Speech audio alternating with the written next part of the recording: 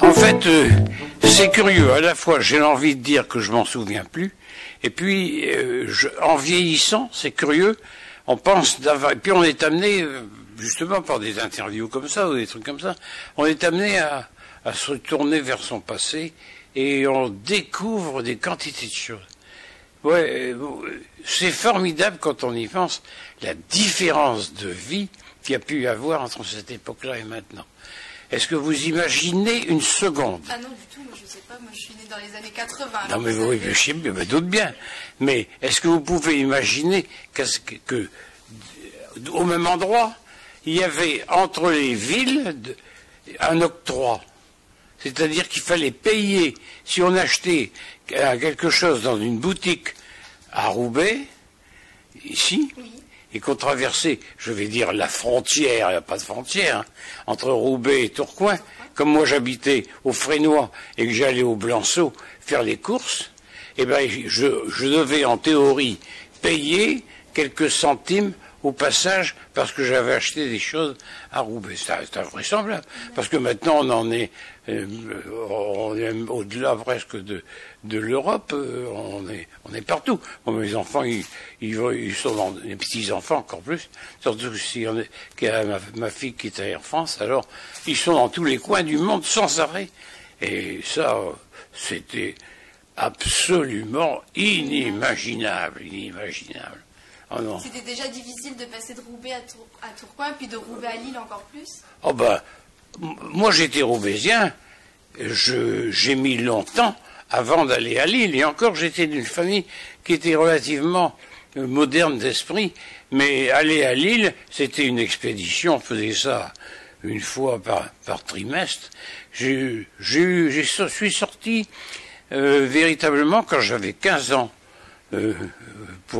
du moins pour aller à Lille, puis après j'étais élève à l'école normale de Douai, alors par conséquent, et puis à ce moment-là, quand même, on commençait déjà à voyager, on allait en vacances à la mer, c'était formidable.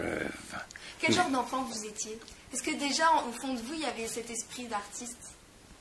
Non. Non. J'étais, ouais, enfin, j'ai entendu dire dans ma famille que j'arrivais à rien parce que j'avais une tête d'artiste. Mais j'ai entendu dire ça. Non, mais j'existais pas, je trouve. D'abord, j'étais pas un bon élève. Ou plus exactement, et je crois que je pouvais être intéressant pour certains, mais j'avais un défaut énorme. Et mon père considérait ça même pas comme un défaut, comme un handicap, comme si j'étais manchot ou enfin je ne sais quoi. Je faisais des fautes en orthographe. C'était épouvantable. Une tare. Une famille de professeurs. Ah oui, puis en plus j'avais une famille, toute la famille. Mon père, ma mère, mes frères, mes sœurs, mes grands-parents, mes parents, etc., mes grands-parents. Enfin, c'était... Et j'étais faible en orthographe, alors par conséquent... Alors tous les matins, j'avais droit à une dictée sur la grande place de Bruges, le clocher s'ébranla, alors j'écrivais, et je faisais des fautes sur l'orthographe, c'était incroyable. Mais c'était traditionnel, et puis ça s'est passé. En réalité, on était trop sur moi, et ça prenait une telle importance que ça me donnait des complexes. Enfin, j'ai l'impression que enfin, j'en fais encore peut-être, sûrement. J'en fais encore, oui, j'en fais encore. Pourtant, vous entrez à l'école normale de Douai, un peu de temps après. Est-ce que... Ça a été une... Ah oui. Alors, comment ça s'est fait? Voilà, comment ça s'est fait? Comment ça s'est fait? Eh bien, figurez-vous que je suis né 2 fois. Ah, moi, c'est ce que je dis, hein. Je suis né 2 fois. Je suis né la 2e fois quand je suis tombé amoureux. J'ai un jour, d'abord, en quelle année? C'était en 1936.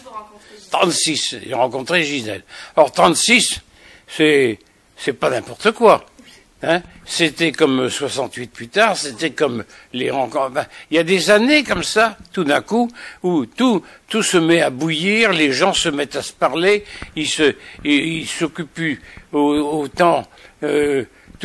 Pendant un certain temps, ils s'évitent les uns les autres parce qu'ils sont pas du même milieu social, parce qu'ils n'ont pas la même religion, parce qu'ils n'ont pas la même façon. Et puis tout d'un coup, on ne sait pas pourquoi, et ils se mettent à fusionner, à parler, à se rencontrer, etc. Et ça, j'en ai été témoin et sensible souvent dans ma vie. Et encore maintenant, j'essaie de ne jamais trop m'approcher d'un parti politique quel qu'il soit. J'essaie de me tenir à l'écart. Pas que je m'intéresse pas à ça, ça m'intéresse, mais j'essaie de ne pas me laisser prendre par l'ambiance générale qui est autour. Et c'est sans doute pour ça que je me sens à l'aise dans des milieux tout à fait contradictoires. C'est même étonnant, et c'est l'avantage d'être peintre, c'est que je peux aussi bien être dans un milieu social relativement bas ou relativement haut, ou même franchement haut. Je me sens à l'aise un peu partout, grâce à une clé commune qui est la sensibilité à l'art et à ces choses-là, à la musique ou n'importe. Et même dans l'art et même dans la musique, j'essaie le plus possible, mais j'y arrive pas toujours, parce que j'essaie le plus possible d'être ouvert à ce que je n'apprécie pas tout à fait, à ce que je ne partage pas, quoi. Alors, est-ce que c'est Gisèle qui a fait en sorte que vous faites sortir en vous cet esprit d'artiste? Est-ce que c'est grâce à elle? Parce que bien sûr qu'on peut dire ça comme ça. Bien sûr que c'est un petit peu trop simple aussi de dire ça comme ça. Vous mettez au saxophone, mais la poésie. C'est quand je l'ai connue, je peux dire que moi, enfin l'impression que j'ai eue, j'avais jamais eu une fille à côté. Mes parents, faut quand même penser, hein, ils étaient instituteurs, ils avaient un col. Mon père avait un col glacé comme ça. C'était pas des rigolos, hein. C'était pas des rigolos. En réalité, j'ai rencontré Gisèle à 16 ans. Je peux dire que quand je l'ai rencontrée, j'étais encore un enfant d'une certaine... Oui, j'étais encore un enfant. J'étais pas mûr du tout. J'étais loin d'être mûr. Et tout d'un coup, j'ai rencontré quelqu'un d'extraordinaire qui parlait avec vivacité, qui parlait avec facilité, qui avait tout fait, qui avait dansé au théâtre Sébastopol, qui avait chanté à l'Opéra de Lille, en chorale naturellement, mais enfin elle avait quand même chanté sur les scènes. Et puis elle était speakerine à la station de radio VTT Nord, c'est-à-dire qu'en réalité elle participait à des émissions, quoi. Et je la connaissais, alors que je l'avais jamais vue et que je ne savais pas que j'allais la rencontrer. Alors, vous vous rendez compte, et puis, ça va vous étonner ce que je vais vous dire. Moi, je me sentais en complexe, déjà parce que j'étais roubaisien, et qu'elle, elle était lilloise. Ça paraît idiot de dire ça, mais elle connaissait tout. Elle me parlait de ce qu'elle voyait autour d'elle, et moi, j'arrivais pas à suivre.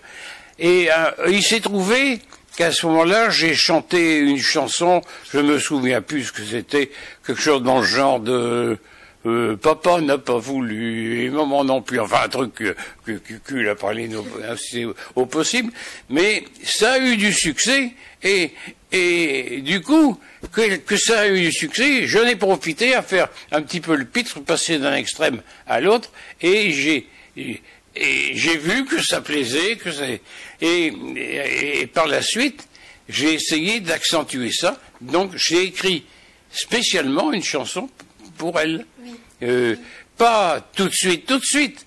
C'est même venu quelques années après. D'abord, je suis entré à l'école normale. Je suis entré à l'école normale. Non, c'est-à-dire que c'est même pas ça. J'ai dit, cette fille-là, ce sera ma femme. Et ça, je me souviens me l'avoir dit, c'est elle que je veux, il faut que j'y aille, Et je suis passé en quelques mois d'un élève tout à fait quelconque, terne, banal, à un élève qui travaillait bien, qui était considéré. Enfin, j'ai encore quelque part un bulletin scolaire où on s'extasie du changement brusque qui s'est passé dans ma vie. Et bien, ça correspondait effectivement à ça. J'étais devenu un élève qui travaillait, etc. Et j'ai été reçu par conséquent à l'école normale, pas tout de suite, l'année d'après, il a fallu que je redouble. Mais enfin, j'ai été reçu.